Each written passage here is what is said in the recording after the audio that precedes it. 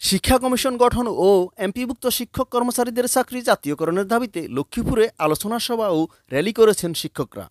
৭ October সোমবার উপজেলা পরিষদ প্রাঙ্গণে লক্ষ্মীপুর উপজেলা মাধ্যমিক শিক্ষক সমিতির আয়োজনে এ সভায় উপজেলার মাধ্যমিক বিদ্যালয়ের শিক্ষক কর্মচারীগণ অংশ নিয়েছেন। এতে উপস্থিত ছিলেন লক্ষ্মীপুর উপজেলা মাধ্যমিক শিক্ষক সমিতির সভাপতি ও হাজিরপাড়া হামিদিয়া উচ্চ বিদ্যালয়ের প্রধান শিক্ষক নুরুল ইসলাম, সাধারণ সম্পাদক ও খিলবাইচা উচ্চ বিদ্যালয়ের প্রধান শিক্ষক রুহুল আমিন। এ সময় শিক্ষক নেতারা এমপিভুক্ত শিক্ষক কর্মচারীদের চাকরি দ্রুত জাতীয়করণ সহ বিভিন্ন বৈষম্য দূরীকরণের দাবি জানান প্রধান উপদেষ্টা ও শিক্ষা উপদেষ্টার কাছে। এই মহান পেশায় নিয়োজিত রয়েছি।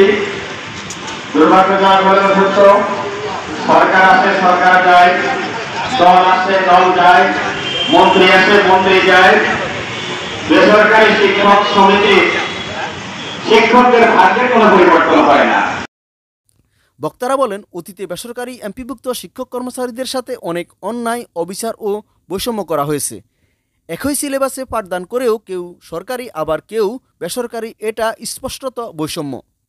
শিক্ষামন্ত্রী আমাদেরকে আশার বাণী শুনিয়ে রাস্তা থেকে উঠিয়ে দিয়ে আজকে খালি হাতে ফিরিয়ে দিয়েছে।